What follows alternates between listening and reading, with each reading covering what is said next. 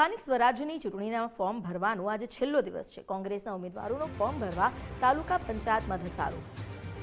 વામી તાલુકા પંચાયતના કોંગ્રેસ ઉમેદવાર શામજી પટેલ ફોર્મ ભરવા પહોંચ્યા। કોંગ્રેસ પાર્ટીના આગેવાનો સાથે ફોર્મ ભરવા પહોંચ્યા। શામજી પટેલે જીતનો આશાવાદ વ્યક્ત કર્યો। જીતીને ખેડૂતોના પ્રશ્ન ઉઠાવવાની પણ તેમણે વાત કરી। સ્વરાજ્યની ચૂંટણીનો આજે ફોર્મ ભરવાનો છેલ્લો દિવસ છે, ત્યારે તાલુકા પંચાયત ખાતે અત્યારે કોંગ્રેસ દ્વારા ફોર્મ ભરવા માટે ઘસારો જોવા મળી રહ્યો છે। આપણી સાથે ઉમેદવાર જોડાયા, શું કહેશો? ફોર્મ ભરવા માટે આવ્યા છે। અત્યારે જે કોંગ્રેસ પાર્ટીએ મારા માથે વિશ્વાસ મૂક્યો છે અને વામી તાલુકા પંચાયતમાં કોંગ્રેસ પાર્ટીની મેં ઉમેદવારી નોંધાવી છે અને મને ચારેય ગામડાના તમામ 36 ફોર્મ અને 18 હાલ મેં સાથે તૈયાર કરીને મારી ઉમેદવારી નોંધાવી છે અને સાથે મારી સુખીબેનની પણ પીરુડા જિલ્લા પંચાયતમાં કોંગ્રેસ પાર્ટીની ઉમેદવારી નોંધાવી છે।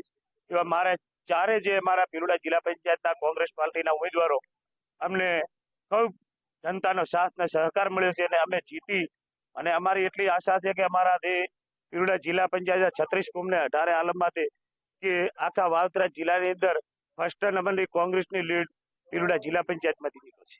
જીત્યા પછી કેવા પ્રકારના લોકોના કામ કરવામાં આવશે? જીત્યા પછી જે નાના માણસો છે એમના પણ કોઈ સરકાર હોભળતી નથી, કામ કરતી નથી। સાથે 2016-17નો રીસર્વે થયો છે।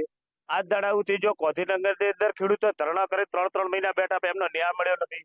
એટલે અમારી વાવતરા જિલ્લાની તાલુકા પંચાયતો અને જિલ્લા પંચાયતો કોંગ્રેસ પાર્ટીની બનશે। એટલે પહેલો અમે ખેડૂતોના ન્યાય માટે લડીશું અને અમે 100% બોય ધરી આપશો કે અમે ખેડૂતને ન્યાય આપીને ચૂકવવું પડશે। ચોક્કસથી તો હતા કોંગ્રેસના ઉમેદવાર। અત્યારે આજે સ્થાનિક સ્વરાજ્યની ચૂંટણી લઈને આજે લાસ્ટ દિવસ 3 વાગ્યા સુધી ફોર્મ ભરવાનો સમય છે। ત્યારે કહી શકાય કે મોટી સંખ્યામાં જે ઉમેદવારો જે બાકી રહી ગયા છે એમનો અત્યારે તાલુકા પંચાયત ખાતે ફોર્મ ભરવા માટે ઘસારો જોવા મળી રહ્યો છે। યશપાલજી વાઘેલા, ગુજરાત ફર્સ્ટ, વાવ થરાદ।